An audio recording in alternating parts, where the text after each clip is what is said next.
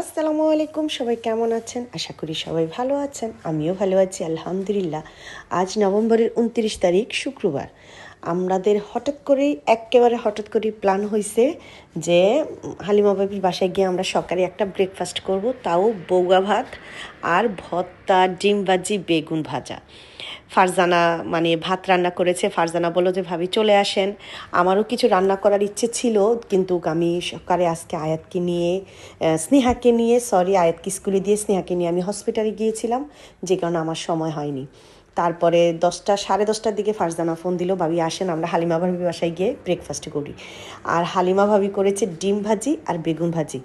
কারো হাতে না একটা নর্মাল একটা জিনিস বেগুন ভাজা আর ডিম ভাজা, কিন্তু অন্য কারো হাতে যে এত মজা লাগে ডিম ভাজি আর বেগুন ভাজি, যেটা আমি বলতে পারবো না।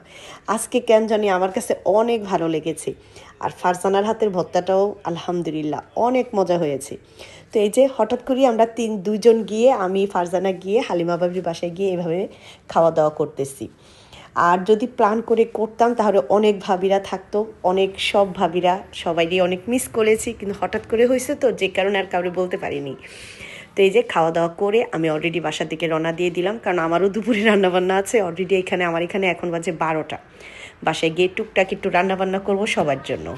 তো আশা করি আজকে আমার পুরো ভিডিওটা দেখবেন। আজ শুক্রবার, আমার এখানে এখন বাজে 12:30।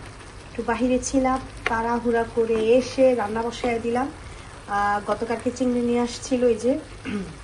তো এটা আজকে পেঁয়াজি করেছি, 2 পেঁয়াজি করেছি। স্নেহাই বললো ওর তো মাছ খাওয়া নিষেধ, তারপরও এখন আল্লাহর রহমতে কিছুটা ভালো আমার মেয়ে। কিন্তু আমার মেয়ে চিকেন খেতে খেতে, ডিম খেতে খেতে এখন ওর আর ভালো লাগে না। বলতেছে তুমি আজকে চিংড়ি মাছটা পেঁয়াজি করো, আমি খাবো। তো এই যে চিংড়ি মাছটা 2 পেঁয়াজা করেছি আজকে। খুব তাড়াহুড়া করে এসে রান্না কি করব, চিংড়ি মাছটা 2 পেঁয়াজা করলাম, আরেক চুলাতে ডাল বসায় দিলাম, আরেক চুলাতে ভাত। আর এখন চিন্তা করতে আছে একটু শুটকি ভুনা করব শাক দিয়ে, আমার হাজবেন্ডের খুবই প্রিয় খাবার। তো ওটা করে দিলে আর আজকে আর কিছু করতে হবে না। আলহামদুলিল্লাহ, এই হচ্ছে। চিংড়ি মাছটা পেঁয়াজি হয়ে গেছে, এখানে আমি শুটকি বসায় দিলাম। রসুন দিয়ে শুটকিটা ভালো করে ভেজে এখন পেঁয়াজ দিয়ে দিলাম। পেঁয়াজটা আরও হবে ভালো করে, তারপরে মশলা দিব। এখন না, এটা শাক দিয়ে ভুনা করব। এইদিকে এই যে আমার শাক দিয়ে শুটকির ভুনাটা হয়ে গেছে, আর একটু হবে, আর একটু ভাজা ভাজা করবো। এই চারুকিনা থেকে তেল বাড়বে।